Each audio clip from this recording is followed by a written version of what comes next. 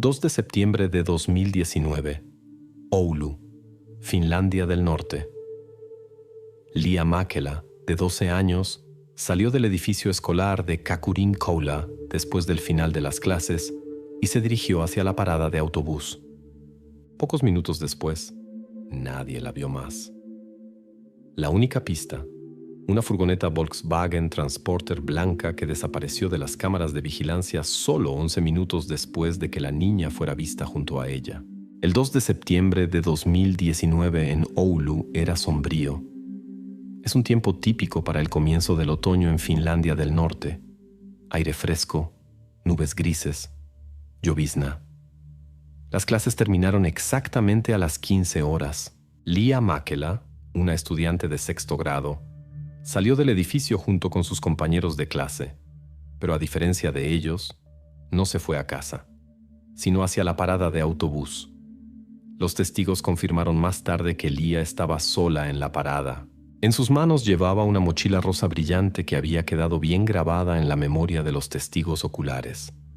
Exactamente esta mochila se convirtió más tarde en la pista más importante en las primeras horas de búsqueda.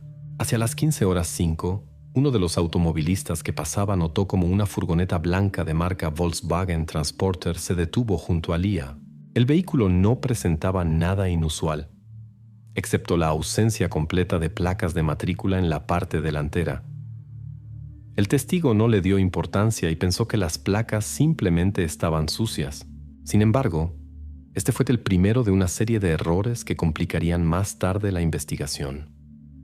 Las cámaras exteriores grabaron los eventos en la parada, pero la calidad de grabación dejaba que desear. Sin embargo, exactamente a las 15:06 se ve claramente en la cinta la figura de Lia junto a la puerta de la furgoneta. La niña pareció dudar por un segundo. Luego, la grabación se interrumpe por interferencias. Cuando la imagen se restablece, la furgoneta había desaparecido. 11 minutos después, las cámaras registraron la misma Transporter en un cruce hacia el centro de la ciudad. Luego el vehículo desapareció sin dejar rastro del campo de visión de la videovigilancia. Desde ese momento, Lia Mäkelä no fue vista nunca más. El equipo de investigación llegó al lugar de los hechos media hora después de la desaparición. El área fue acordonada. Los técnicos forenses examinaron cuidadosamente cada metro de asfalto y el borde de la carretera. Exactamente entonces apareció el primer hallazgo que trajo detalles importantes al caso aún poco claro. Una huella de neumático clara con un patrón de dibujo inusual. Después de verificar en las bases de datos, resultó que se trataba de un Nokian Hakkapeliitta R2, un modelo no muy extendido para el año 2019, pero que se vendía oficialmente en Oulu. La huella era fresca y coincidía perfectamente con la dirección presunta de la furgoneta. Otro fragmento importante fue un pequeño trozo de celofán transparente encontrado en un basurero a 10 metros de la parada. En el trozo estaba escrito con un marcador Lia M. Los investigadores establecieron rápidamente que esto era parte del embalaje de las pertenencias personales de Lia que la niña usaba en la escuela. Alguien había desechado obviamente este celofán muy recientemente. El mismo día comenzaron los interrogatorios del entorno más cercano de la niña. Tanto sus compañeros de clase como sus profesores fueron convocados para conversaciones. Uno de los niños recordó que el profesor de Historia y Geografía, Risto Hämäläinen, se había comportado de manera inusual por la mañana. Estaba nervioso, se irritaba por pequeñeces y salió de la escuela apresuradamente antes del final de su turno. Por alguna razón, Hämäläinen nunca había mostrado tal comportamiento antes, por lo que la investigación se volvió desconfiada. Su nombre llegó rápidamente a la lista de personas de interés para la investigación, pero la policía también tenía otro candidato para el papel de sospechoso. Era Petteri Sirkku, un hombre mayor que vivía frente a la escuela. Petteri se había quejado durante mucho tiempo del ruido de los escolares, y los vecinos habían notado regularmente su Volkswagen Transporter blanco estacionado frente a su casa. Pocas horas después de la desaparición de Lia, la policía llamó a la puerta de Sirkku. Se detectó una pequeña cantidad de alcohol en su sangre, 0,3 por 1000, lo que sin embargo no le impedía hacer declaraciones claras. Petteri estaba visiblemente nervioso y se enredaba en detalles.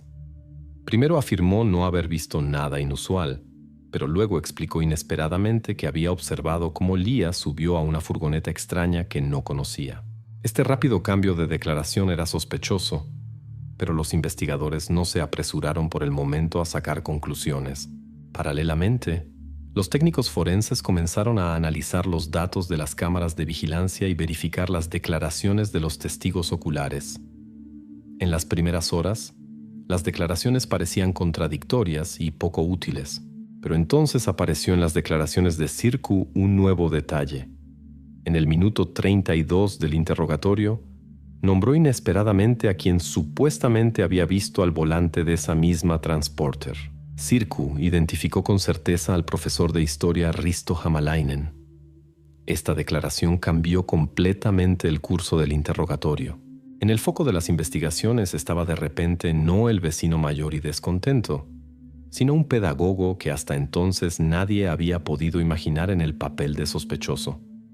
La policía tuvo que reconsiderar sus prioridades urgentemente.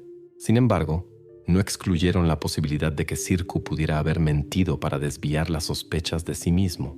El profesor Risto Hämäläinen aún no sabía que en pocos minutos tendría que explicar su inesperada desaparición en medio del día escolar.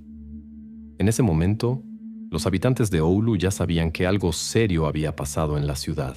Las redes sociales se llenaron rápidamente de rumores, y la administración municipal se apresuró a asegurar que se estaban llevando a cabo medidas de búsqueda activas. Mientras tanto, los investigadores se preparaban para aclarar los detalles de la vida del profesor que hasta ese día solo era conocido por su comportamiento ejemplar y su carácter reservado. Entendían que lo importante era no perder tiempo mientras las pistas aún estaban frescas y los sospechosos no podían destruir evidencias o armonizar sus versiones. Y cada uno de los oficiales que investigaba el caso ya entendía. La clave para resolver esta historia sería la persona que estaba sentada frente al investigador en la pequeña sala de interrogatorios. Risto Hämäläinen, profesor de Historia y Geografía, había presentado su renuncia solo unas horas antes de la desaparición de Lia. En ese momento, ninguno de sus colegas lo sabía. La policía tenía que entender por qué había decidido renunciar ese día y exactamente en ese momento. Los documentos de la contabilidad de la escuela Kaakurinkula confirmaron rápidamente. Hämäläinen había presentado su renuncia oficial a las 14:12, casi una hora antes de que Lia fuera vista por última vez en la parada de autobús. Resultó que su decisión de ninguna manera podía haber sido desencadenada por la desaparición de Lia misma. Había sido tomada con anticipación. Los colegas y conocidos describían a Hämäläinen como una persona reservada, algo extraña, pero generalmente amable. Había trabajado en la escuela durante casi 10 años. Gozaba de respeto y nunca se había destacado por comportamiento sospechoso. En los últimos meses, sin embargo, según el director, el profesor se había vuelto más nervioso y distraído. Faltaba a reuniones, evitaba encuentros con padres, no contestaba el teléfono durante mucho tiempo. A las preguntas de los colegas respondía brevemente, de mala gana, y evitaba el contacto visual. Sin embargo, nadie consideró estos detalles importantes hasta que Lia desapareció. Un momento adicional de sospecha fue el comportamiento extraño del teléfono de Hämäläinen. El análisis de los datos de las torres de telefonía móvil reveló que su celular estuvo apagado directamente después de la desaparición de Lia durante largas 28 horas. Para la policía, este era un detalle importante. El teléfono no registraba su ubicación exactamente cuando era particularmente necesario. Durante el día en que la policía y los voluntarios peinaron minuciosamente las calles de Oulu y las áreas circundantes, el profesor era inalcanzable para cualquiera. El tercer día, los investigadores recibieron una nueva pista decisiva. Las cámaras de control de velocidad en la autopista E57 habían capturado la conocida Volkswagen Transporter blanca que pertenecía a Hämäläinen, a 170 kilómetros al norte de Oulu en dirección a la ciudad de Rovaniemi. El tiempo de paso del vehículo coincidía con el periodo durante el cual el teléfono móvil del profesor estaba apagado. Los investigadores entendieron. Técnicamente, el profesor podría haber hecho perfectamente el viaje a Rovaniemi y de vuelta en ese tiempo. Basándose en estos datos, la policía decidió examinar la furgoneta blanca. En el maletero de la Transporter, los investigadores encontraron un paquete sospechoso cuidadosamente atado con cinta adhesiva. Al abrirlo, se descubrieron varios libros para niños, lo que despertó aún más sospechas. ¿Quién y por qué necesitaba libros para niños en el maletero de un profesor de secundaria soltero? El interrogatorio de parientes y colegas aclaró, sin embargo, parcialmente esta cuestión. Resultó que Hämäläinen ya había regalado libros similares a su sobrina un año antes, en Navidad de 2018. Los investigadores verificaron rápidamente este hecho, y el hallazgo sospechoso se transformó en una pista falsa que llevaba por mal camino. Pero a pesar del paquete formalmente explicado, la coartada del profesor seguía siendo ambigua y frágil. La policía entendía que la simple explicación sobre un regalo a una pariente no era suficiente para disipar las sospechas. El siguiente detalle extraño apareció después de que el teléfono de Hämäläinen volviera a aparecer en la red. El profesor aún no había regresado a la escuela. No había llamado ni a colegas ni a estudiantes o comunicado las razones de su ausencia. Este silencio desató una ola de rumores entre profesores y padres. Mientras tanto, los policías trataban de entender qué exactamente podría haber hecho el profesor en Rovaniemi. Las cámaras y testigos registraron su presencia en la ciudad solo una vez, en una tienda de bricolaje K-Rauta. Las grabaciones de las cámaras de vigilancia y las declaraciones de la cajera confirmaron que el profesor había comprado personalmente material aislante y paneles de contrachapado. La compra parecía completamente normal, con la excepción de que Hämäläinen había pagado exclusivamente en efectivo. Esto hizo inmediatamente imposible rastrear la transacción a través de tarjetas bancarias. En el año 2019, los pagos en efectivo aún eran bastante comunes en Finlandia y no despertaban sospechas por sí mismos, pero en este caso le dificultó a la policía determinar el propósito exacto y las circunstancias de la compra. La policía solicitó y obtuvo acceso a las grabaciones de video y recibos de caja de la tienda. En el momento de la compra, Hämäläinen parecía tranquilo, concentrado y no mostraba signos de agitación o miedo. La grabación de video confirmó. Sabía exactamente para qué y qué compraba. Los empleados de la tienda tampoco notaron nada sospechoso en su comportamiento. Sin embargo, la investigación entendía que esta compra podría estar directamente relacionada con la desaparición de Lia. Los investigadores examinaron cuidadosamente posibles escenarios, considerando la distancia del viaje y el tipo de materiales adquiridos. La siguiente tarea de la policía era obvia: determinar a dónde y para qué Hämäläinen podría haber ido con el contrachapado y el material aislante después de la visita a la tienda. En las cámaras estaba solo, pero la pregunta de si alguien más estaba en el auto o lo esperaba en otro lugar quedaba por el momento sin respuesta. Mientras la policía y los voluntarios continuaban peinando las áreas suburbanas y bosques alrededor de Rovaniemi y Oulu, los investigadores se preparaban para la siguiente fase de trabajo: detallar la ruta del profesor después de la compra de los materiales de construcción. Ya entendían que ahora tenían que moverse rápidamente. El tiempo pasaba, las evidencias podrían haber sido destruidas, y Hämäläinen ya entendía muy bien en ese momento que estaba siendo observado de cerca. Y mientras la policía verificaba cuidadosamente hacia dónde exactamente habían sido entregados el contrachapado y el material aislante comprados, todos los que seguían este caso estaban seguros. La clave para resolver el enigma de la desaparición de Muna Inocente Lia estaba exactamente donde el profesor había sido visto por última vez. Algunos meses después de que Lia desapareciera, ocurrieron cambios inexplicables en la vida de su familia. En junio de 2020, la policía recibió información inesperada de empleados bancarios. Los padres de Lia habían pagado súbita y completamente su hipoteca. El monto del pago, 42.000 euros en efectivo, sin ningún documento sobre el origen del dinero. Los padres fueron inmediatamente convocados para una conversación en la estación de policía. El padre de Lia, Marko Mäkelä, y su madre, Julia Mäkelä, parecían sinceramente sorprendidos. Afirmaban no tener idea de quién exactamente había pagado sus deudas. Para la policía, estas palabras sonaban al menos extrañas. En una ciudad pequeña donde todos conocen a todos, la recepción súbita de una suma tan grande de dinero en efectivo no podía dejar de despertar sospechas. El gerente del banco de la sucursal Nordea en Oulu comunicó a la policía los detalles del extraño pago. Según sus palabras, aproximadamente una semana antes de la visita de los padres de Lia, un hombre desconocido de estatura media vino al banco, con el rostro parcialmente cubierto por una gorra de béisbol. El hombre puso rápida y sin muchas palabras fajos de billetes por un valor total de exactamente 42,000 euros sobre la mesa y dijo que esto era el pago de la hipoteca de la familia Mäkelä. No presentó ningún documento de identidad, pero el banco formalmente tampoco estaba obligado a pedirlos. Lo único que le quedaba a la investigación eran los números de los billetes. La verificación de los números de serie reveló rápidamente un resultado importante.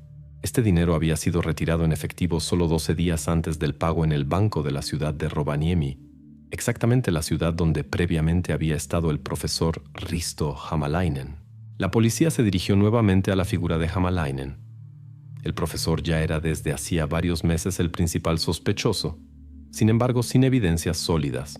Los investigadores no excluyeron la posibilidad de que este dinero pudiera haber sido un rescate o era una forma de silenciar posibles sospechas de la familia. Pero exactamente en este momento, el caso tomó otro giro. Los medios de comunicación masivos, que se habían enterado de la gran suma y su origen misterioso, comenzaron activamente a difundir una versión completamente diferente. La familia Mäkelä podría haber organizado ella misma la desaparición de Lia para recibir ayuda financiera o una compensación. El escándalo tomó impulso rápidamente. Los periodistas locales acecharon durante horas frente a la casa de la familia Mäkelä para ser los primeros en obtener detalles exclusivos. La reputación de la familia estaba en peligro. La investigación tuvo que hacer esfuerzos considerables para verificar esta versión. La casa de los padres de Lia fue registrada nuevamente. Todas sus pertenencias personales, computadoras, teléfonos y correspondencias fueron examinados.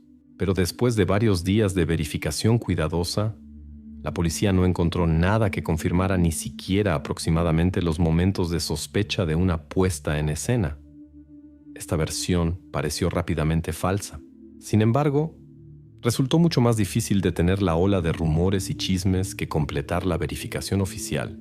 Exactamente en este momento crítico para la familia Mäkelä, llegó un nuevo hallazgo extremadamente importante de especialistas de la Policía Nacional de Finlandia.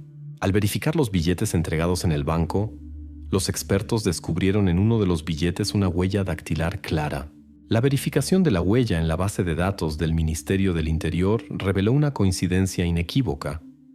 La huella pertenecía a Risto Hämäläinen.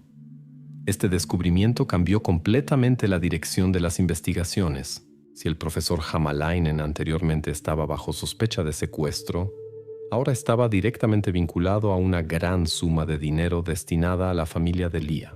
Se hizo evidente que la versión de una posible puesta en escena de la desaparición por parte de la familia Mäkelä no resistía ninguna crítica. Por el contrario, apareció un nuevo enigma. ¿De dónde podía un profesor de secundaria tener 42,000 euros en efectivo? Y lo más importante, ¿por qué decidió usar este dinero exactamente para ayudar a la familia de Lia? La investigación, que anteriormente se había concentrado en los movimientos de Hämäläinen después de la desaparición de Lia, ahora comenzó activamente a verificar sus transacciones financieras de los últimos años. Establecieron rápidamente que el salario del profesor no permitía ahorrar tal suma sin fuentes de ingresos adicionales. Además, en las cuentas bancarias del sospechoso no había depósitos o retiros notables. Al mismo tiempo, la policía también examinó otros aspectos de la vida privada de Hämäläinen y trataba de encontrar una conexión entre sus posibles acciones y la familia de Lia. Tal vez el profesor trataba de esta manera de expiar la culpa o confundir las investigaciones, desviar la atención de sí mismo. Pero todo esto seguía siendo por el momento solo versiones sin pruebas. Mientras tanto, la presión sobre la familia Mäkelä en la ciudad disminuyó gradualmente. Los padres seguían insistiendo en no conocer la razón de este regalo generoso y misterioso. A pesar de toda la complejidad de la situación, La policía se inclinaba a que la familia realmente no tenía nada que ver con el dinero. Sin embargo, esto complicó aún más la búsqueda del motivo del profesor. La siguiente tarea de la investigación ya era clara: descubrir de dónde Hämäläinen había recibido el dinero. Para el público, por el momento solo una cosa era evidente. La tragedia familiar que había comenzado con la extraña desaparición de Lia estaba rodeada de circunstancias cada vez más enredadas y extrañas, detrás de las cuales estaba un hombre que pasaba por un profesor de escuela tranquilo y discreto.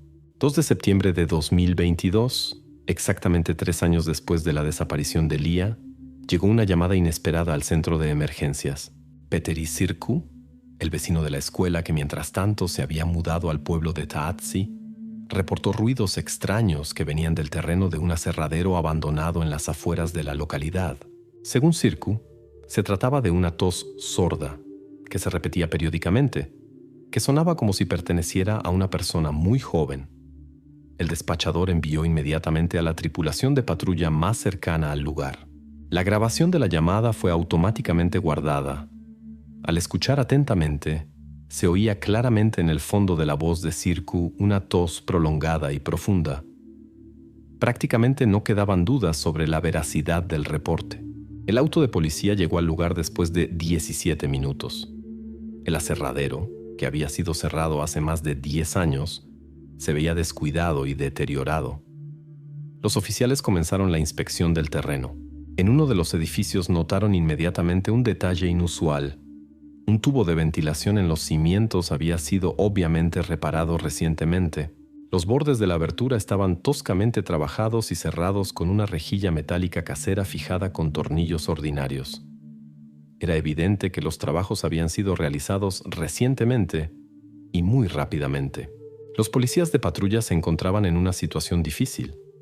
Uno de los oficiales propuso abrir inmediatamente el edificio y verificar el sótano, sospechando que podría haber alguien adentro que necesitara ayuda urgente. El otro insistía en cumplir el protocolo y esperar una orden oficial de registro para no comprometer la legalidad de posibles evidencias. En una situación donde cada minuto podía contar, la decisión no era fácil. Después de una breve discusión, el oficial más veterano decidió solicitar una orden de registro urgente y simultáneamente enviar una señal para refuerzos y una unidad especializada de la policía. Mientras la policía esperaba la autorización oficial, un auto escondido detrás de un pequeño cobertizo no lejos del edificio principal atrajo la atención de los oficiales. Era una Volkswagen Transporter blanca con las puertas abiertas, ya conocida por los investigadores. Una verificación de las placas de matrícula confirmó inmediatamente. Se trataba exactamente del vehículo que había jugado un papel en el caso de la desaparición de Lia 3 años antes. La inspección interior del vehículo causó preocupación adicional. El habitáculo estaba literalmente lleno de cosas de niños: ropa, juguetes y material escolar. Todo parecía como si alguien hubiera reunido estas cosas recientemente y muy apresuradamente. La tripulación de policía volvió a ponerse en contacto con el oficial de servicio y transmitió información sobre el vehículo y los objetos encontrados en su interior. Pronto llegaron otros vehículos con técnicos forenses y oficiales de la unidad de intervención rápida. Mientras tanto, los policías de patrulla interrogaron nuevamente a Petteri Sirkku, que había llamado a la policía. El hombre parecía seguro de sí mismo e insistía en que había llegado aquí por casualidad para recoger hongos en los alrededores. Su reaparición en el entorno de los eventos despertó, sin embargo, nuevamente las sospechas de la policía. No se excluyó que él mismo pudiera haber participado en la retención de Lia y hubiera llamado a la policía intencionalmente para desviar las sospechas de sí mismo. Aunque Sirkku ya había sido exonerado una vez por las investigaciones, el incidente repetido obligó a la policía a mantenerlo bajo estricta observación. Sin embargo, la tarea principal seguía siendo el sótano del aserradero. Cuando finalmente llegó la orden de registro tan esperada, la unidad de intervención especializada abrió rápidamente la rejilla casera de la ventilación. Dentro de la abertura se veían claramente rastros de reparaciones frescas, restos de contrachapado y material aislante que recordaban a los materiales que el profesor Hämäläinen había comprado en Rovaniemi. Lo que se escondía exactamente adentro, la policía aún no lo sabía. Los investigadores entendían que si entraban sin preparación adecuada, podrían accidentalmente destruir evidencias valiosas o asustar al perpetrador que podría estar en los alrededores. Adentro podía estar cualquiera, y había que proceder con extrema precaución. El grupo de fuerzas de intervención examinó cuidadosamente la entrada y la ventilación. La tos no se repitió más, lo que aumentó la tensión. La policía no estaba segura de si alguien aún estaba vivo o si los ruidos habían sido intencionalmente grabados y transmitidos para desviar la atención. Los especialistas en negociación estaban preparados para cualquier desarrollo de la situación, pero la pregunta principal permanecía abierta. Pronto llegó al terreno el jefe del Departamento de Policía Técnica y comenzó inmediatamente el examen de la furgoneta y los objetos encontrados. Las evidencias fueron cuidadosamente documentadas y preparadas para análisis posterior. Los investigadores ya no dudaban de que la transporter encontrada vincularía definitivamente al profesor Hämäläinen con el lugar de desaparición de Lia y el aserradero en Taatsi. El líder del grupo habló nuevamente con Petteri Sirku, después de lo cual pidió a los oficiales que limitaran temporalmente su libertad de movimiento hasta que todos los detalles fueran verificados.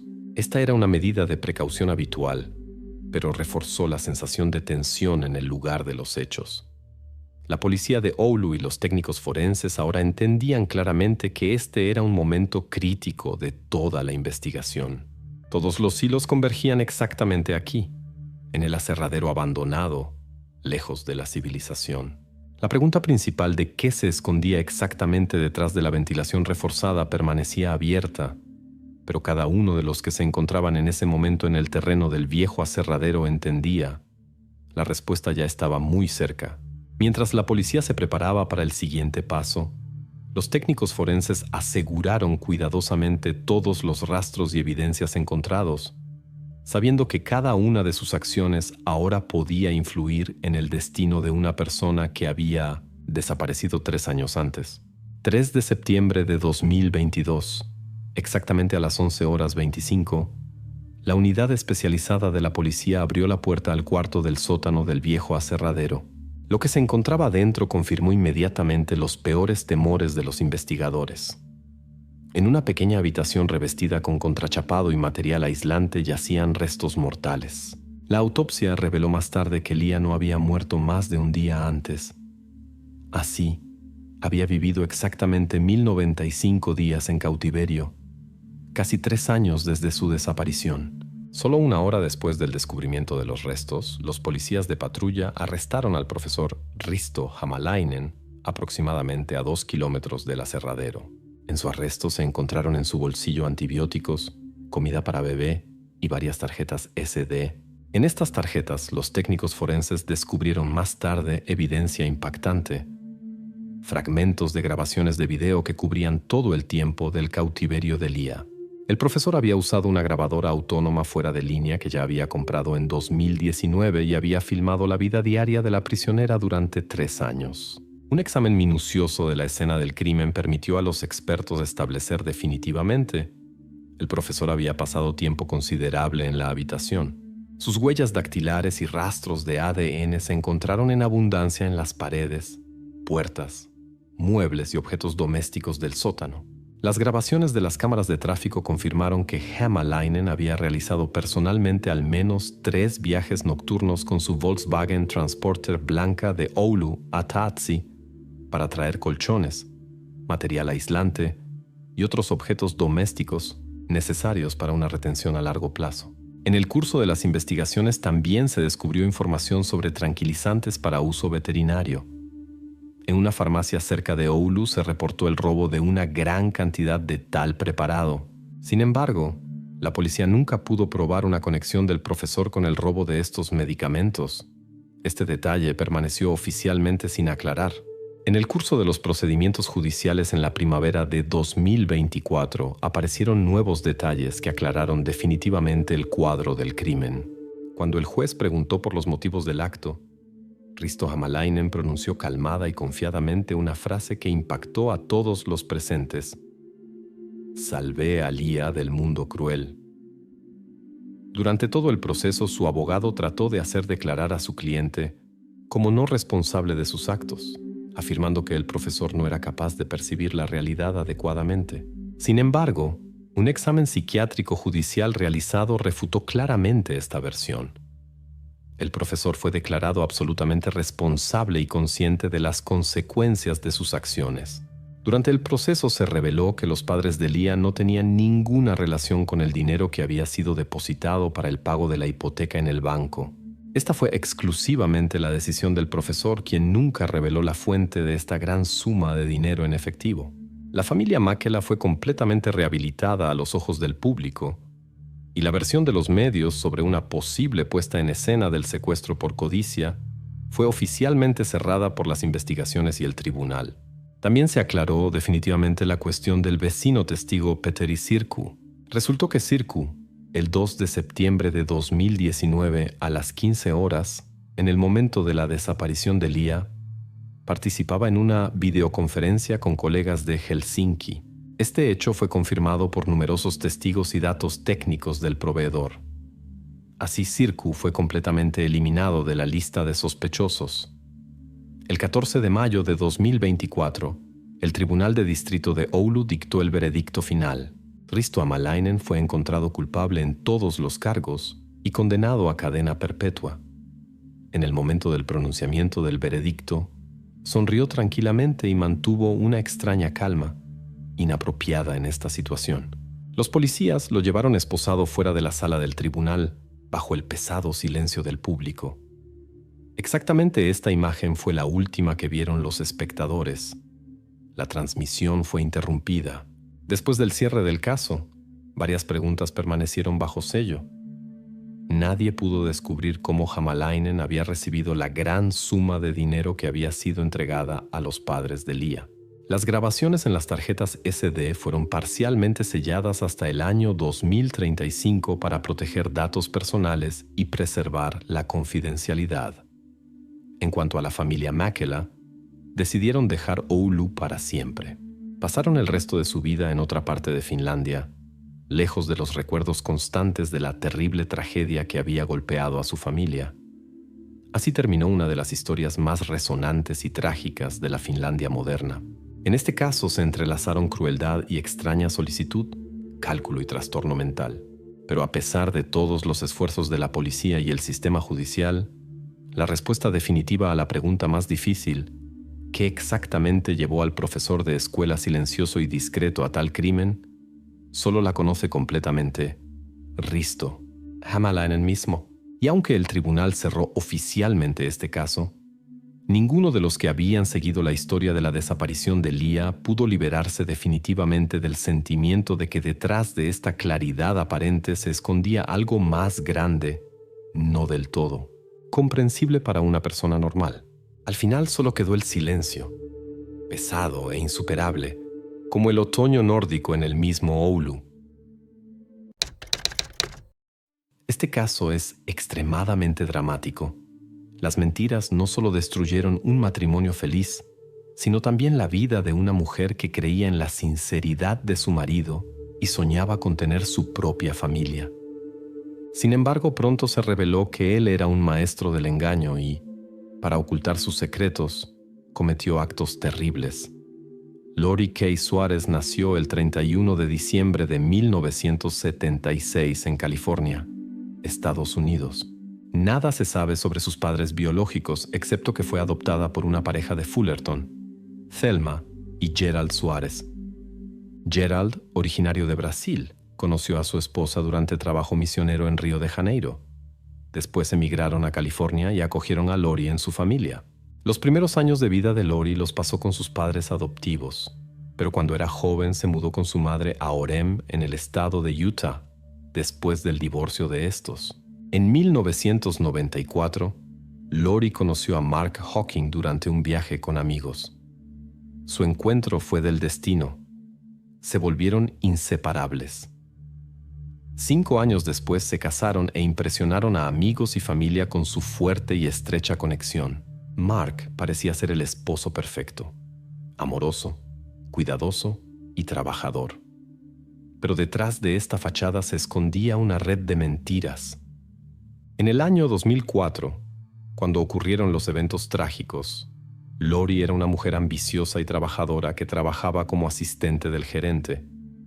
Los colegas la describían como una persona ambiciosa, inteligente y decidida. Mark, por otro lado, afirmaba haber terminado la Universidad de Utah y estar preparándose para la Facultad de Medicina, lo cual estaba lejos de la verdad. Pero en ese momento había convencido a su esposa y sus familiares. Para que Mark pudiera continuar sus estudios, la familia planeaba mudarse a Carolina del Norte. Además, la pareja se enteró de que Lori estaba embarazada. Todo parecía perfecto. La mujer ya había dejado su trabajo y solo faltaban pocas semanas para su último día de trabajo y la mudanza. Pero todos los planes se desplomaron el 19 de julio de 2004, cuando Lori supuestamente salió de casa y no regresó más. Esa mañana, alrededor de las 10, Mark llamó a la oficina de su esposa para preguntar por su paradero, pero un empleado dijo que aún no había llegado. Esto era extraño, ya que Lori siempre era muy puntual. Mark le dijo al jefe de Lori que su esposa había salido por la mañana alrededor de las 5:30 para su carrera habitual en el parque cercano, pero no había regresado a casa. Sospechaba que Lori posiblemente había ido directamente al trabajo y había tomado el coche. El jefe encontró esto extraño y aconsejó a Mark que llamara a la policía. Mark siguió el consejo y llamó a la policía alrededor de las 17:00 de la mañana. También llamó a los amigos de Lori para averiguar si alguien sabía dónde podría estar. Ese día, sin embargo, nadie había tenido contacto con ella. Mark volvió a llamar a la policía a las 10:49 y reportó que había buscado a su esposa en la calle hacia el parque y encontró su coche en la entrada, pero no había rastro de Lori en él. Pidió ayuda para buscar, pero la policía respondió que debía esperar al menos 24 horas para presentar un reporte de persona desaparecida. Mientras tanto, la familia, amigos y colegas de Lori decidieron ayudar a Mark en la búsqueda. Algunos familiares incluso viajaron desde otras partes del país, pero desafortunadamente no hubo progreso en la búsqueda.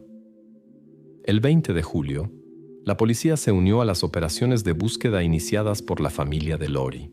Celebraron una conferencia de prensa y pidieron al público que ayudara en la búsqueda de la mujer embarazada. Cientos de carteles con su foto y números de contacto fueron colgados en la ciudad, y los medios reportaron extensamente sobre el caso, atrayendo a más de 1,000 voluntarios. A pesar de todos los esfuerzos, no se pudieron encontrar rastros de Lori. Mark, su esposo, parecía extremadamente preocupado durante sus apariciones ante las cámaras. En la madrugada del mismo día, la policía recibió un reporte sobre su comportamiento extraño cerca de un hotel. Mark estaba vestido solo con sandalias y tan agitado que tuvo que ser ingresado en el departamento psiquiátrico de la Universidad de Utah. Las personas que conocían a la familia creían que la desaparición de su esposa embarazada podría haber causado un colapso emocional en él. No veían razón para sospechar de él en relación con la desaparición de Lori. Sin embargo, la policía tenía una opinión diferente y sospechaba de Mark desde el principio de su desaparición. Durante las operaciones de búsqueda a gran escala, la fachada de preocupación que mostraba en los medios comenzó a desmoronarse. Mark engañó a todos a su alrededor, incluyendo a su esposa, sobre su educación. Le aseguró a Lori y a su familia que había terminado la Universidad de Utah con distinción en psicología y había comenzado estudios de medicina en Carolina del Norte. Por eso planeaban la mudanza, pero el padre de Mark, Douglas Hacking, conocía la verdad que los demás no sabían. El 22 de julio compartió esta información con los medios. Resultó que su hijo nunca había obtenido un título de licenciatura y había abandonado los estudios en el año 2002, aunque daba la apariencia de asistir a conferencias, estudiar y escribir trabajos. Mark incluso viajaba por el país fingiendo participar en entrevistas en varias facultades de medicina. Douglas afirmó que ninguna facultad de medicina había aceptado a su hijo, y todo esto había sido un engaño cuidadosamente planeado. Mark mentía debido a la presión asociada con las expectativas de éxito académico, ya que toda su familia trabajaba en el campo médico. El padre era pediatra, la madre enfermera, y sus hermanos habían logrado éxitos científicos. La familia de Lori estaba conmocionada por el engaño de Mark, pero no se dejaron distraer de la búsqueda de Lori. Muchos de los que participaban en la búsqueda pensaban que, si podía mentir sobre su educación, también podría mentir sobre el destino de Lori. Otros, sin embargo, opinaban que una mentira sobre educación no lo hacía necesariamente culpable de la desaparición. Cuando Mark fue interrogado al respecto, negó cualquier participación. Sin embargo, la policía tenía una opinión diferente. Desde el principio, Mark fue considerado sospechoso ya que las evidencias se acumulaban en su contra. La policía estaba convencida de que estaban tratando con un delito grave. Al registrar el apartamento de la pareja, los investigadores encontraron varias pistas. Un colchón dañado con resortes, un recibo de un colchón nuevo, ropa de cama, extrañas manchas rojo oscuro en utensilios de cocina, pedazos de alfombra en una mesita de noche en el dormitorio, ropa y una supuesta carta de Lori que fue encontrada en una habitación de huéspedes. Lo que particularmente llamó la atención de la policía fue el hecho de que Mark, en la mañana de la desaparición de Lori, cuando afirmaba haber buscado en el parque y luego llamado a la policía, en realidad estaba ocupado comprando un colchón nuevo. Además, el asiento delantero del coche de Lori, que fue encontrado cerca del parque, estaba ajustado para una persona de aproximadamente 180 centímetros de altura, mientras que Lori medía solo poco más de 150 centímetros. En la casa se encontraron las llaves del coche de Lori, lo que planteaba preguntas. Si realmente fue al parque a hacer ejercicio, ¿por qué se quedaron las llaves en casa?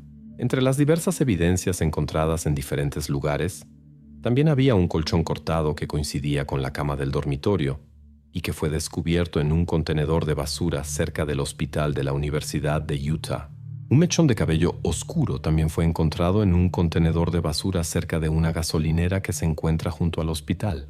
De los dos coches que pertenecían a Mark y Lori, se confiscaron numerosos materiales, y las grabaciones de vigilancia del hospital, la iglesia en el parque y la tienda abierta las 24 horas añadieron nuevos detalles al caso. Con la acumulación de evidencias, las sospechas contra Mark se hicieron cada vez más fuertes y se hizo cada vez más claro que las posibilidades de encontrar a Lori viva disminuían con cada día. En pocos días después de la desaparición de Lori, la policía reunió numerosas pruebas que indicaban que Mark pudo haber cometido el acto temprano en la mañana del 19 de julio en su casa común, y eliminó las pruebas, unas horas después, en un lugar desconocido. Las sospechas de los investigadores se confirmaron el 25 de julio de 2004, cuando los hermanos de Mark, Scott y Lance reportaron que el hombre les había confesado lo ocurrido. El día anterior, el 24 de julio, lo visitaron en la clínica psiquiátrica donde se encontraba y le suplicaron que contara qué había pasado con Lori. Le dieron tiempo para pensar, y cuando regresaron por la noche, confesó su participación. Las circunstancias exactas del incidente permanecieron desconocidas. Sin embargo, resultó que Lori el viernes 16 de julio, cuando estaba en el trabajo, llamó a la Facultad de Medicina de Carolina del Norte para obtener información sobre apoyo financiero y se enteró de que su esposo no estaba inscrito allí. Los colegas notaron que Lori estaba alterada y llorando después de esa llamada. Dejó el trabajo temprano y se fue a casa, probablemente para hablar con Mark. Según documentos judiciales, Lori llamó a un empleado universitario alrededor de las 5 de la tarde del mismo día y dejó un mensaje de voz diciendo que Mark explicó su ausencia en las listas por un error informático u otra excusa.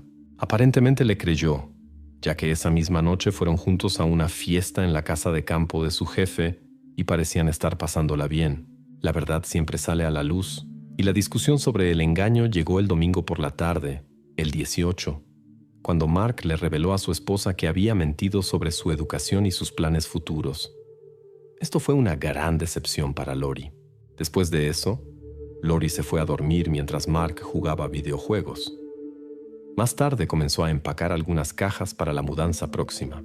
En los documentos dice que mientras empacaba las cosas supuestamente se topó con un rifle y luego alrededor de la 1 de la madrugada entró al dormitorio donde dormía Lori. Mark les contó a sus hermanos que después ocultó las evidencias del incidente en varias bolsas de basura, incluyendo la parte dañada del colchón, y tiró todo en un contenedor de basura alrededor de las 2 de la madrugada.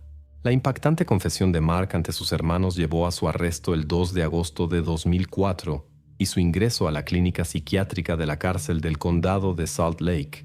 Los fiscales confirmaron que el delito fue cometido después de que se supo que Mark había mentido a su esposa. Una semana después fue acusado de un delito grave y 3 cargos de obstrucción de la justicia. Inicialmente la fianza se fijó en $500,000, pero luego se aumentó a $1,000,000. Su confesión también llevó al fin de la búsqueda de Lori como persona desaparecida, y la policía comenzó a buscar pruebas en los vertederos del condado, esperando encontrar pistas sobre este caso. Sin embargo, esto resultó ser una tarea difícil. A los expertos se les asignó una tarea difícil, penetrando a través de 1,000 toneladas de basura confiscada a una profundidad de más de 12 metros. En la búsqueda participaron perros rastreadores y 38 voluntarios, incluyendo oficiales de policía, bomberos, empleados de servicios de seguridad pública y miembros del grupo de búsqueda y rescate de la ciudad. Cada uno de ellos trabajó en promedio 11 horas al día, 4 días a la semana, realizando tareas laboriosas con la ayuda de equipos especiales. Finalmente tuvieron que buscar manualmente en la basura. Aunque todos los participantes opinaban que sus esfuerzos estaban justificados, no tenían certeza de encontrar pruebas. Aún así, las autoridades estaban convencidas de que tenían suficientes razones para acusar a Mark, basándose en su confesión a sus hermanos, que muy probablemente sería aceptada en el tribunal. Entre las diversas pruebas materiales, se encontraron manchas color burdeos en su auto, en las barandillas, en la cabecera de la cama y en el colchón. En la cocina se encontró una herramienta que supuestamente se usó para cortar el colchón. La policía también tenía una carta de Lori, que presumiblemente fue escrita un día antes de su desaparición. En ella le pedía a su esposo que cambiara su comportamiento y expresaba el deseo de envejecer con él, pero no bajo estas circunstancias. Estas palabras se volvieron más claras después de la confesión de Mark, ya que la carta se relacionó con una llamada telefónica de Lori a la escuela de medicina. Además, los fiscales recopilaron videos de vigilancia de una tienda abierta a las 24 horas donde se veía a Mark comprando cigarrillos, mirando sus manos y dedos, y luego alejándose en el auto de su esposa. Pasaron aproximadamente 18 minutos desde el momento en que, según sus declaraciones, cometió el acto. Los investigadores obtuvieron grabaciones de video que mostraban a una persona arrojando un saco grande en un contenedor de basura. También se veía cómo condujo el auto de la mujer a un parque, desde donde, según sus declaraciones, ella desapareció. Al principio se esperaba que la acusación pidiera la pena más severa para Mark, pero los fiscales decidieron acusarlo de un delito grave que prevé una pena de 5 años a cadena perpetua. Esta decisión fue tomada debido a la ausencia de una prueba decisiva. Algunos días después, Mark apareció junto con su abogado Gilbert Antey en una audiencia preliminar ante el juez William Barrett en el Tribunal del Tercer Distrito. Los presentes se sorprendieron de que el acusado llevara un chaleco antibalas y fuera acompañado por 7 alguaciles. Tales medidas de seguridad normalmente se toman en casos prominentes o en circunstancias inesperadas. Más de 2 meses después de la desaparición de Lori, su familia ya había perdido la esperanza. Pero en octubre, el sargento Nelson de la policía encontró evidencias decisivas en un contenedor de basura. El lugar fue rápidamente acordonado y los expertos recopilaron pruebas durante varias horas que podrían ser usadas en el tribunal. El mismo día, las autoridades pudieron confirmar a través de exámenes forenses que las evidencias encontradas estaban relacionadas con el caso de Lori. Esta noticia provocó sentimientos encontrados en su familia. Por un lado, la decepción por la confirmación de sus peores temores. Por otro lado, el alivio de poder finalmente despedirse de ella. Los fiscales ahora creían que las evidencias encontradas habían hecho avanzar significativamente el caso, ya que ahora podían probar las consecuencias del delito de Mark. El 30 de octubre, Mark participó en una audiencia de acusación en el Tribunal del Tercer Distrito. Sorprendentemente, se declaró inocente. La madre de Lori expresó su disgusto porque él se negaba a declararse culpable y lo acusó de prolongar la experiencia de la familia y posponer lo inevitable. El juicio, programado para finales de abril de 2005, fue interrumpido el 15 de abril cuando Mark hizo una confesión. Describió detalladamente al juez cómo cometió el delito en la mañana del 19 de julio de 2004. Con su confesión de culpabilidad, llegó a un acuerdo con los fiscales para desestimar los cargos de obstrucción de la justicia. Durante su discurso de 10 minutos, Mark confesó que su esposa era la persona más importante en su vida y que no podía explicar sus acciones. La madre de Lori fue la única que expresó arrepentimiento sincero. Estaba conmocionada por la confesión, pero también sintió alivio de que Mark asumiera responsabilidad por sus actos. Un mes antes de la sentencia, los padres de Lori decidieron quitar el nombre Hacking de su lápida conmemorativa para distanciarse de Mark. El 6 de junio de 2005, Mark fue sentenciado. Recibió una pena de 6 años a cadena perpetua, con posibilidad de libertad condicional no antes del año 2035. Mark lloró cuando escuchó la sentencia y fue llevado a la prisión estatal de Utah para cumplir su condena. Después del juicio, los padres de Mark dieron una declaración en la que reconocían su delito como imperdonable, pero señalaron que él luchaba con problemas de salud mental, incluyendo discapacidades de aprendizaje y tensiones emocionales por fracasos. En la universidad, el padre de Mark leyó una carta de él en la que escribía que se sentía bien en la cárcel, ya que trataba de corregir sus errores y disculparse con todos los que había lastimado con sus acciones. En el año 2006 se supo que Mark vendía autógrafos y otras cosas desde la prisión en un sitio web dedicado al recuerdo de personas famosas. Después de una conversación con la administración de la prisión, detuvo voluntariamente estas actividades. En los años siguientes, la madre de Lori intercambió cartas con Mark encarcelado y le comunicó que lo había perdonado. A pesar de su decisión de dejar el pasado atrás, continúa recordando a Lori y dice que nunca puede superar la pérdida. En pleno día escolar desapareció una estudiante. Al principio todos pensaron que simplemente se había escapado y que pronto regresaría. Pero cuanto más profundizaron los investigadores en el caso, más detalles perturbadores se hicieron evidentes. Necesitaron 27 años para resolver este caso y sacar la verdad a la luz. Al final, todo era mucho más complicado de lo que jamás habían pensado. Kipling Davis nació el 1 de julio de 1979 en la pequeña ciudad americana de York, Utah. Era la hermana mayor de la familia. Tenía padres cariñosos y muchos amigos. Kipling era conocida por su amabilidad y su talento para llevarse bien con otros jóvenes. Asistía a la escuela secundaria local y participaba en el club de teatro. En mayo de 1995, Kipling esperaba con mucha ilusión las vacaciones de verano. Su cumpleaños se acercaba y solo faltaban 2 meses para entonces. Además, se preparaba para sacar su licencia de conducir. El 2 de mayo, Kipling planeaba levantarse a las 4:30 de la mañana para ir a clases de manejo antes de que comenzaran las clases. Pero después de apagar la alarma, siguió durmiendo y solo despertó cuando su padre la despertó media hora después.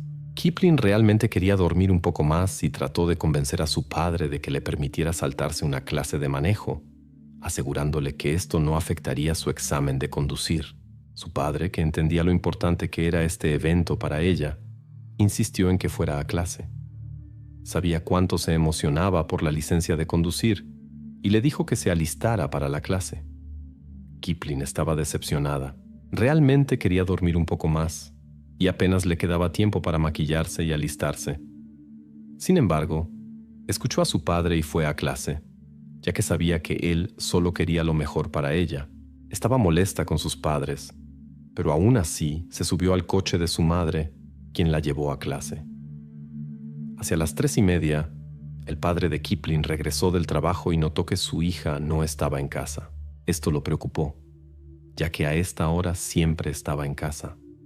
Sospechó que la joven se había quedado en la escuela o había salido a caminar con amigos. Decidió revisar el buzón de voz del teléfono de casa, esperando que Kipling hubiera dejado un mensaje explicando su retraso.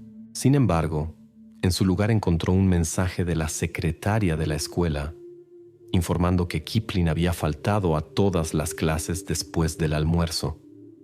El padre se alarmó inmediatamente, ya que su hija nunca faltaba a la escuela sin previo aviso.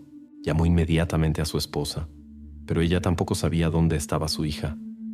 Los padres esperaron un poco más esperando que regresara, pero eso no sucedió.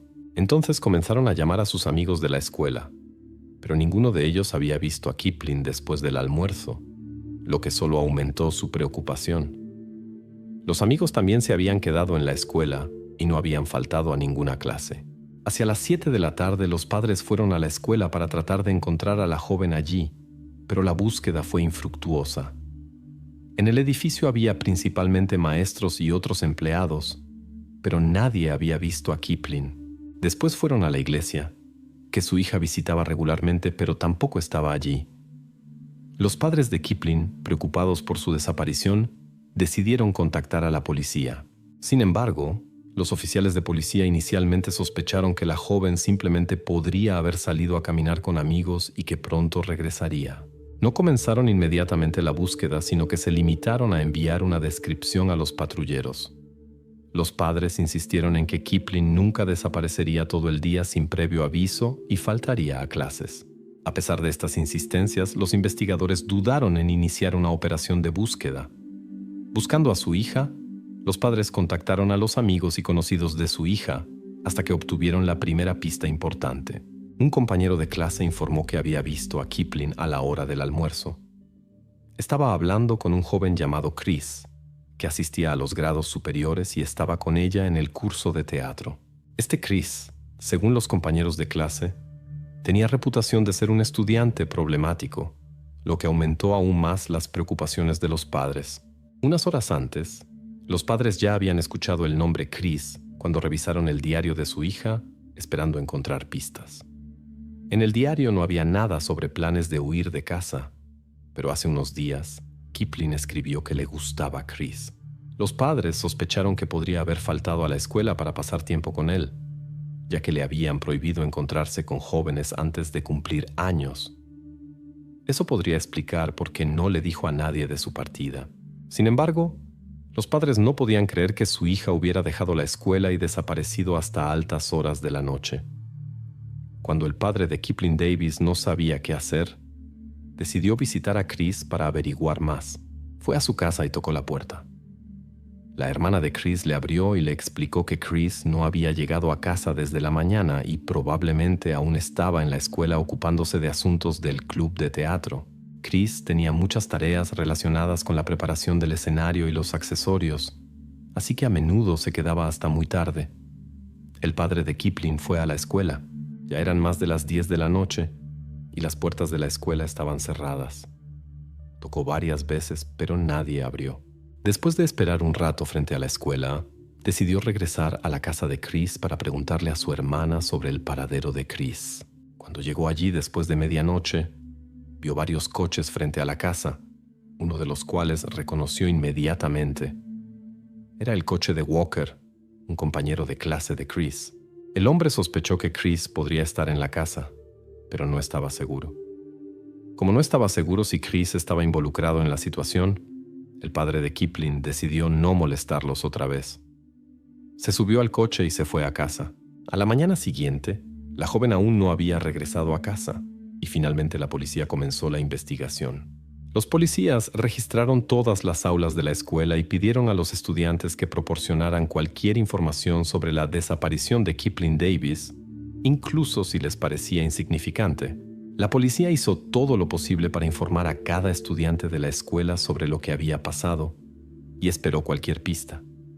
Comenzaron a verificar una posible participación de Chris. Un investigador habló con él, y Chris contó que él y Kipling durante el almuerzo habían hablado sobre movimientos de baile para la próxima presentación y los habían practicado. Después, se separaron. Desde entonces no la había visto más. Después de clases, Chris fue al auditorio para prepararlo para la presentación y dejó el edificio hacia las 11 de la noche. Como trabajaba en el club de teatro, la administración escolar le había dado llaves de la puerta de entrada, lo que explicaba por qué las puertas estaban cerradas cuando el padre de Kipling vino a la escuela. Chris también informó que 2 de sus amigos, Rocker y Tim, estaban con él en la escuela. Le ayudaron a instalar los reflectores. Luego jugaron fútbol y se fueron a casa. La policía no encontró evidencia de la participación de Chris en la desaparición de Kipling. Durante la conversación con el investigador estaba completamente calmado y respondía a todas las preguntas voluntariamente. Chris no tenía antecedentes, aparte de faltar frecuentemente a la escuela. Cuando los investigadores hablaron con Tim y Rocker, escucharon la misma historia que de Chris. Los 3 tenían una coartada, pero no podía ser confirmada. En la escuela no había cámaras de vigilancia, y los jóvenes no tenían teléfonos móviles con seguimiento de ubicación para verificar su posición ese día. Como resultado, los investigadores nuevamente se quedaron sin pistas. Los policías continuaron sus conversaciones con los estudiantes e hicieron anuncios por altavoces, esperando que alguien revelara nueva información. Sospecharon que la desaparición de Kipling tenía algo que ver con la escuela. En su casillero estaban todas sus cosas: cartera, estuche de maquillaje y libros escolares.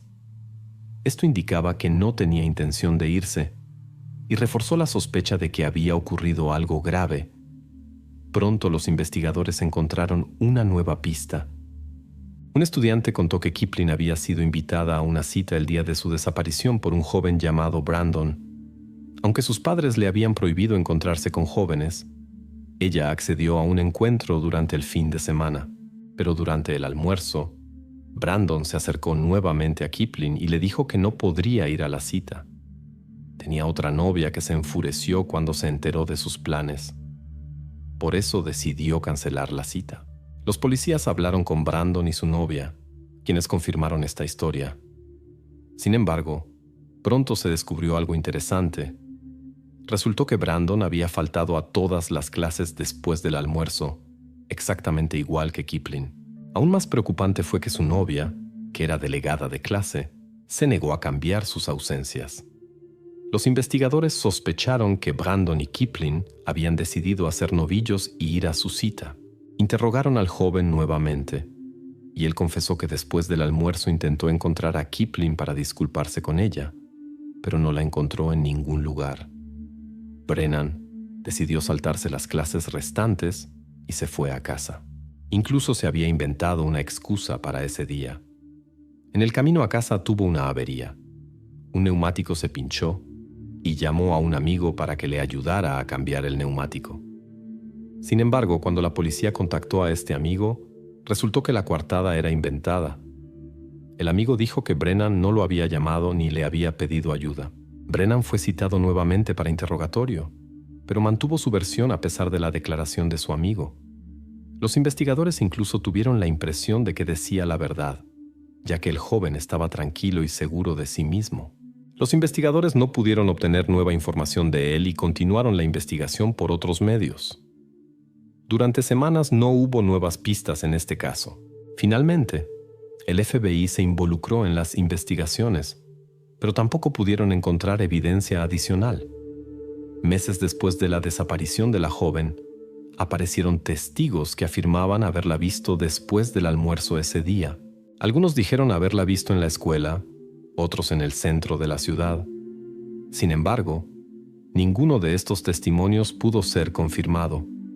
Además, los investigadores recibieron rumores preocupantes que circulaban en la escuela. Se decía que Kipling había estado involucrada en un incidente en el que participaron 4 jóvenes. Los investigadores trataron de encontrar las fuentes de estos rumores, pero cada vez se toparon con un callejón sin salida. Chris, Rocker, Tim y Brandon fueron interrogados nuevamente, pero cada uno de ellos repitió lo mismo que en los primeros días después de la desaparición de Kipling. El caso se estancó durante todo un año, hasta que de repente ocurrió algo extraño. Chris se acercó al padre de Kipling y dijo que quería quitarse un peso de encima compartiendo información importante. Después de unos segundos tensos, dijo: «Quiero que sepa que no tengo nada que ver con la desaparición de Kipling». El padre quedó perplejo y esperaba que Chris finalmente dijera la verdad, pero se comportó de manera extraña. un año después de la desaparición de la joven, vino a la casa de sus padres para volver a asegurar que no tenía nada que ver con eso. El padre sospechó que Chris quería decir la verdad, pero en el último momento se asustó. El hombre lo bombardeó con preguntas y exigió explicaciones sobre la desaparición de su hija, pero el joven insistió en su inocencia y finalmente se fue. El padre informó inmediatamente a los investigadores sobre el incidente y encontraron sospechoso el comportamiento de Chris. La policía decidió interrogar a los 4 nuevamente, esta vez usando un detector de mentiras. Comenzaron con Chris, quien continuó afirmando que era inocente y no sabía nada. El operador del detector de mentiras no encontró signos de mentira, lo que confundió un poco a los investigadores, pero sabían que un detector de mentiras no es prueba absoluta de la verdad, por lo que no consideraron sus declaraciones como decisivas. Después de hablar con Tim, le pidieron que escribiera sus recuerdos de ese día. Los investigadores esperaban que su historia fuera la misma de antes, pero se quedaron en shock. De repente, Tim contó una historia completamente diferente. Según sus palabras, él, Kipling y Roker decidieron después del almuerzo hacer novillos y ir al cañón local. Cuando llegaron, Tim se quedó en el coche, mientras Kipling y Roker fueron a caminar. Después de un tiempo, Roker regresó solo y Tim preguntó dónde estaba Kipling. Roker respondió algo como, «No te preocupes por eso», y se fueron. Esta historia sorprendió a la policía, pero les pareció dudosa. Sin embargo, por primera vez en un año, Tim cambió su declaración y los investigadores lo presionaron, esperando obtener más detalles. Desafortunadamente, esto llevó al resultado opuesto. Tim arrojó la hoja con sus declaraciones a la basura, exigió un abogado y no dijo ni una palabra más. Estas declaraciones no podían ser usadas en el tribunal y no dieron a la policía motivos para arrestar a los 2 jóvenes. La policía llamó a Roker para interrogatorio y le contó sobre las nuevas declaraciones de Tim. El joven negó todo lo que Tim había dicho y afirmó no haber visto a Kipling después del almuerzo. Cabe destacar que también esta vez el detector de mentiras no mostró signos de engaño, pero los investigadores permanecieron escépticos. Sin una confesión, solo podían esperar evidencia física que pudiera conectar a los sospechosos con el incidente. Junto con voluntarios y familiares, las investigaciones comenzaron a buscar a Kipling en el cañón. Los investigadores utilizaron maquinaria pesada para las excavaciones, mientras los voluntarios buscaron cada centímetro del suelo en busca de pistas y perros de búsqueda e intentaron encontrar un rastro de la desaparecida. A pesar del gran esfuerzo, los resultados no llegaron y el caso se estancó durante varios años. En 1999, los familiares de Kipling aceptaron su pérdida y realizaron una ceremonia de despedida, colocando una placa conmemorativa en el cementerio local. Esperaban que la policía la encontrara algún día para que la familia pudiera despedirse dignamente. 7 años después de la desaparición, el padre de Kipling se enteró de otro caso en el que el sistema judicial estatal no pudo emitir un veredicto durante mucho tiempo. El caso fue transferido al nivel federal, lo que permitió que fuera completado. El hombre decidió usar esta idea y la discutió con los investigadores. A pesar de la falta de nueva evidencia, 2 factores podrían cambiar el curso de los acontecimientos. Primero, todos los sospechosos y testigos tendrían que declarar bajo juramento, y si se descubriera que alguien había mentido, habría consecuencias. Segundo, para ese momento habían pasado 8 años desde la desaparición de Kipling, y los sospechosos habían formado familias y comenzado una nueva vida. Los investigadores esperaban que uno de ellos dijera la verdad. Finalmente, gracias a los esfuerzos de los familiares e investigadores, el caso llegó ante un gran jurado, cuyas audiencias se extendieron durante varios años. Numerosos testigos participaron y aportaron mucha información nueva. Un testigo recordó cómo Roker estaba descontento con Tim después de la prueba del detector de mentiras, porque Tim había escrito sus declaraciones en papel.